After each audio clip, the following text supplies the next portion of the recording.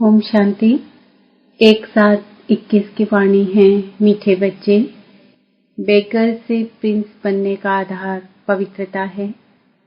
पवित्र बनने से ही पवित्र दुनिया की राजाई मिलती है। प्रश्न, इस पाठशाला का कौन सा पाठ तुम्हें मनुष्य से देवता बना देता है? उत्तर, तुम इस पाठशाला में रोज यही पाठ पढ़ते हो कि हम शरीर नहीं आत्मा हैं। आत्माभिमानी बनने से ही तुम मनुष्य से देवता, नर से नारायण बन जाते हो। इस समय सब मनुष्य मात्र पुजारी अर्थात पतित देह अभिमानी है, इसलिए पतित पावन बाप को पुकारते रहते हैं। गीत, छोड़ भी दे आकाश सिंहासन, ओम शांति। बच्चे जानते हैं कि यह ओम शांति किसने कहा? कौन से बच्चे? आत्माएं जानती है कि ओम शांति किसकी आत्मा ने कहा? परमपिता परमात्मा ने कहा। बच्चे जानते हैं मनुष्य की आत्मा ने नहीं कहा, यह परमपिता परमात्मा शिव ने कहा। वह सभी का बाप ऊंचे से ऊंचा है। अब गीत में सुना, भारत पर बहुत माया का परछाया पड़ा हुआ है, बहुत पतित बन गए हैं, इसलिए पुकारते हैं कि है पतित पावन, फिर से आओ पावन बनाने। आत्मा ही बुलाती है अपने बाप को, जिसको भगवान कहते हैं वही पतित पावन है। एक की ही महिमा होती है, वह है सभी आत्माओं का बेहद का बाप। यहाँ सब पतित बन गए हैं, तब पुकारते हैं हे परम पिता परमात्मा। वही ज्ञान का सागर भी है, पतित पावन भी है। वह पिता भी है तो शिक्षक भी है, क्योंकि ज्ञान सागर भी है, वर्ल्ड अथॉरिटी भी है, सभी वेदों शास्त्रों ग्रंथों को जानने वाला भी है। उनको कहते ही है नॉलेजफुल। तो इस समय सब पारलौकिक बाप को पुकारते हैं, क्योंकि सभी दुखी हैं। कहते हैं गॉडफादर, उनका नाम भी चाहिए ना। उनका नाम गाया हुआ है शिव बाबा। वही ऊंचते ऊंच ज्ञान का सागर, सुख का सागर, शांति का सागर है। यह मनुष्य की आत्मा अपने बाप की महिमा करती है। ऊंचते ऊंच आत्मा किसकी है? परमपिता परमात्मा की। वह है परम। पतित मनुष्य उनको याद करते हैं। सतयुग में जब पावन भारत था, देवी देवताओं का राज्य था, तो कोई पतित नहीं था। यह है तमो प्रधान दुनिया, अर्थात दुनिया में जो मनुष्य रहते हैं सब पाप आत्माएं हैं। यही भारत पावन था, यही भारत पतित हो गया है। यहाँ कलयुग में सब पतित हैं। तुम जानते हो ज्ञान का सागर पतित पावन परमपिता परमात्मा परम धाम से आकर हमको ब्रह्मा द्वारा पढ़ाते हैं। जरूर उनको शरीर तो चाहिए ना। यह बातें कोई शास्त्रों में नहीं है। ज्ञान का सागर जो अथॉरिटी है वही सब कुछ जानते हैं। भारत में चित्र भी दिखाते हैं। विष्णु की नाभि से ब्रह्मा निकला, उनको हाथ में शास्त्र देते हैं। अभी विष्णु कोई सब शास्त्रों का सार नहीं सुनाते हैं। परमपिता परमात्मा ज्ञान का सागर ब्रह्मा द्वारा सब शास्त्रों का सार समझाते हैं। ब्रह्मा विष्णु शंकर का भी वह रचिता है। ब्रह्मा को वह विष्णु को ज्ञान का सागर नहीं कहेंगे। शंकर की तो बात ही छोड़ दो। अभी ज्ञान का सागर कौन? निराकार ऊंचते ऊंच परमात्मा ही पतित पावन है। यह महिमा है उस परम पिता परमात्मा की। यहाँ भी आत्मा की ही महिमा होती है। आत्मा ही शरीर द्वारा कहती है मैं प्रेसिडेंट हूँ, मैं बैरिस्टर हूँ, मैं फलाना मिनिस्टर हूँ। आत्मा ही मर्तबा लेती है। शरीर द्वारा आत्मा कहती है मैं एक शरीर छोड़ दूसरा लेता हूँ। इस समय जब बाप आते हैं, कहते हैं बच्चे आत्म अभिमानी बनो। मैं तुम्हारा बाप आया हुआ हूँ, तुमको यही पाठ पढ़ाने। यह पाठशाला है। मनुष्य से देवता, नर से नारायण, नारी से लक्ष्मी बनने की। बाप को सभी आत्माएं बुलाती है कि है परम पिता परमात्मा। अब निराकारी दुनिया से साकारी दुनिया में आओ, रूप बदलो। तुम निराकारी आत्माएं तो जब शरीर में आती हो तो गर्भ में आती हो, पुनर्जन्म लेती हो। बाप समझाते हैं तुमने 84 जन्म गर्भ से लिए हैं। एक शरीर छोड़ फिर गर्भ में जाते हो, ऐसे 84 जन्म लेते हो। मैं तो गर्भ में नहीं आता हूँ। भारतवासी असूल में देवी देवता धर्म के थे, फिर सीढ़ी नीचे उतरते आए। क्षत्रिय वर्ण में, फिर वैश्य शूद्र वर्ण में कलाएं कम होती जाती है। भारत 16 कला संपन्न था, फिर 14 कला बना। भारतवासी अपने जन्मों को नहीं जानते। 84 जन्म भारतवासी ही लेते हैं, और कोई धर्म वाले 84 जन्म नहीं लेते। तुम स्वदर्शन चक्रधारी बने हो, यह ज्ञान की बात है। स्वदर्शन चक्रधारी बनने से तुम चक्रवर्ती महाराजा बनते हो स्वर्ग का। तुम अच्छी रीति जानते हो, हम यहाँ आए हैं पतित से पावन बनने। यह है ही पतित दुनिया, पतित पावन, सर्व का सद्गति दाता तो एक ही बाप है। सब उनको ही पुकारते हैं, बाप को याद करते हैं, कृष्ण को नहीं। कृष्ण ने गीता नहीं सुनाई।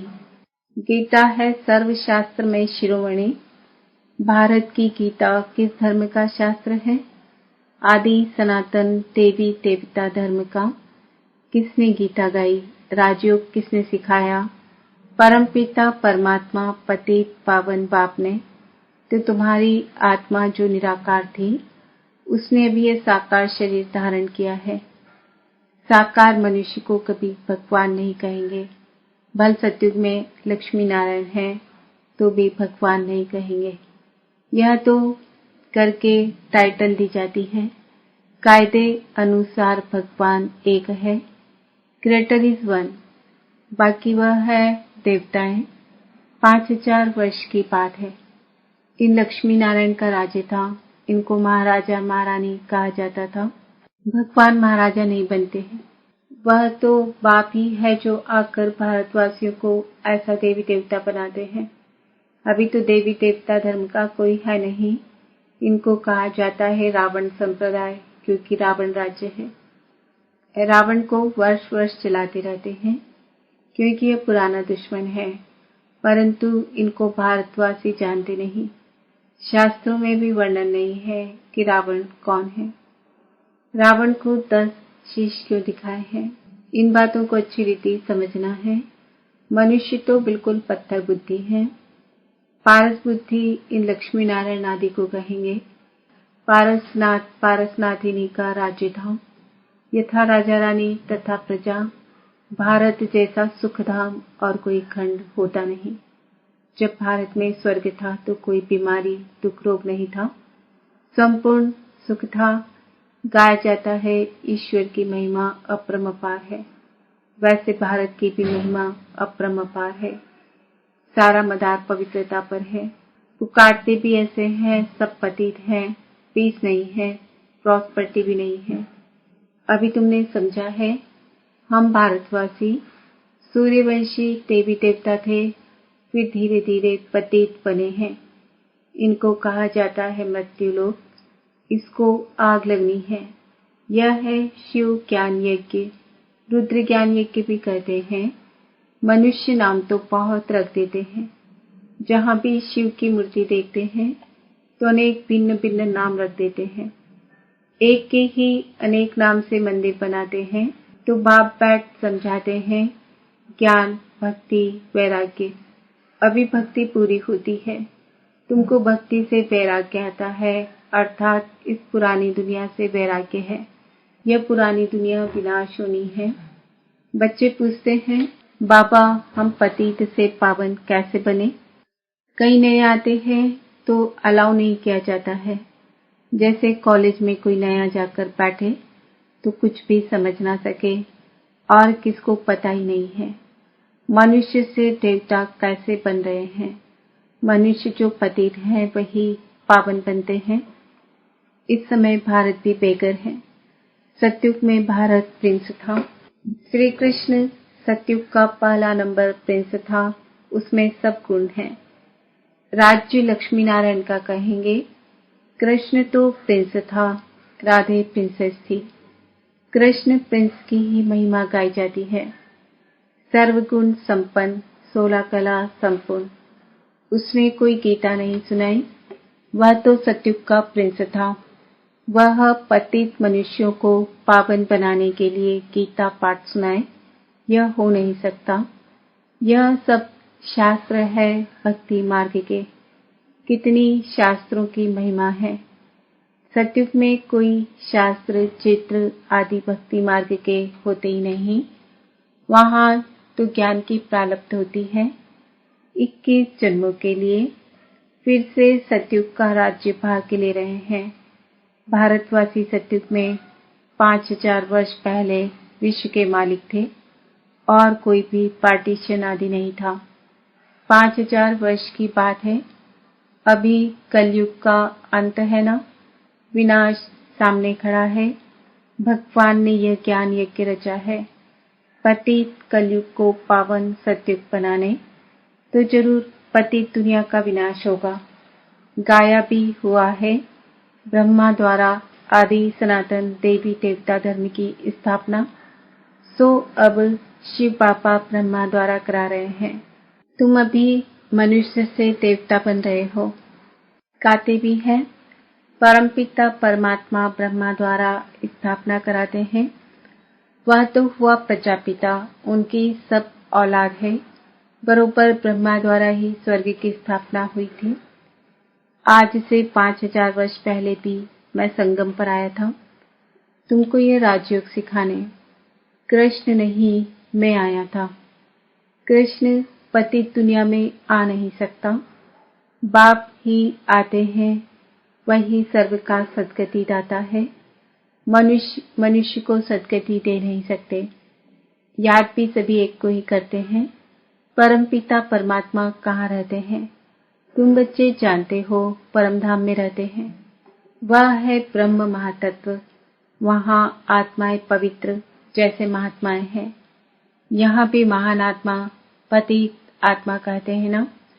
वास्तव में यहाँ महान आत्मा एक भी नहीं है। आत्मा को ही पावन सतो प्रदान बनना है, ज्ञान और योग से, न कि पानी से। आत्मा ही पतित बनी है। आत्मा में ही खाद पड़ती है।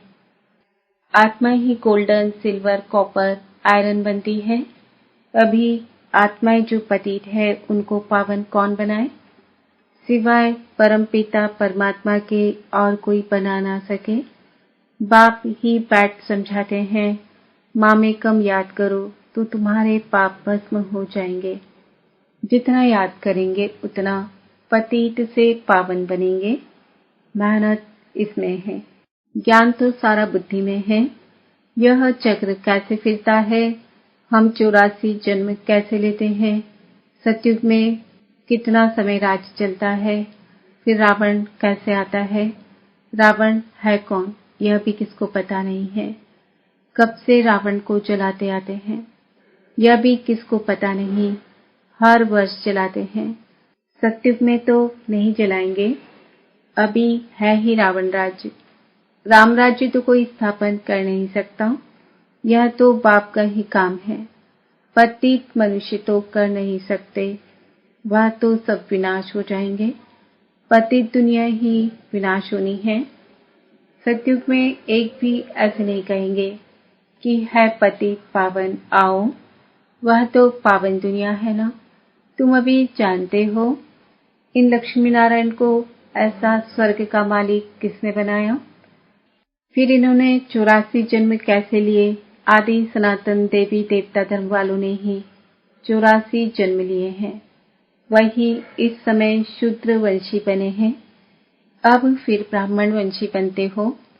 अभी तुम हो ब्राह्मण चोटी। यह है ऊंचते ऊंच चोटी। ब्रह्मा मुख वंशावली ब्राह्मण कुलभूषण। अभी तुम शिव बाबा के बच्चे भी हो, पोत्रे पोत्रियां भी हो। शिववंशी फिर ब्रह्मा कुमार कुमारियां हो। वर्षा मिलता है दादे से। बाप कहते हैं मुझे निरंतर याद करो, पावन बनो तो तुम मेरे पास मुक्ति धाम में आ जाएंगे। इन बातों को समझेंगे वही जिन्होंने कल्प पहले समझा है। वह तो हजारों हैं। कोई पूछते हैं कितने बीके हैं, बोलो हजारों की अंदाज में हैं। इस देवी झाड़ की वृद्धि होती जाती है। अब फिर से सैपलिंग लग रहा है आदि सनातन देवी देवता धर्म का, क्योंकि देवता धर्म है नहीं। सब अपने को हिंदू कहलाते रहते हैं और धर्मों में कन्वर्ट हो गए हैं। फिर सब निकल आएंगे, आकर पाप से बरसा लेंगे। तुम आए हो बेहद के पाप से बेहद के सुख का वर्षा पाने, अर्थात मनुष्य से देवता बनने। अच्छा, मीठे मीठे सिकिलदे बच्चों प्रति माता पिता बाप दादा कम याद प्यार और गुड मॉर्निंग।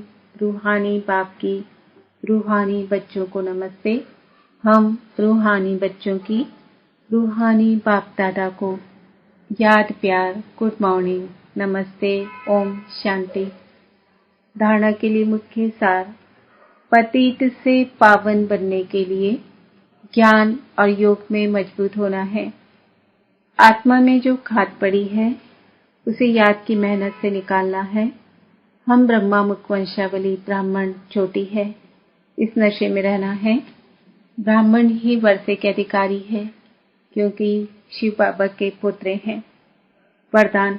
अपने अनादि आदि रियल रूप को रियलाइज करने वाले संपूर्ण पवित्र भव।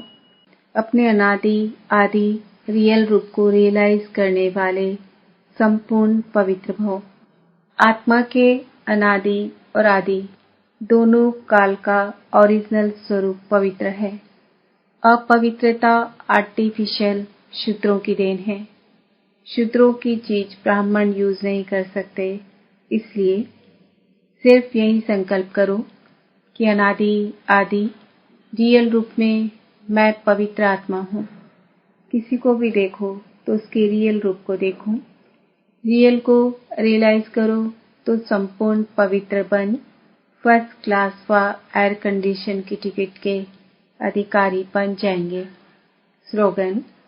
परमात्म दुआओं से अपनी झोली भरपूर करो तो माया समीप नहीं आ सकती।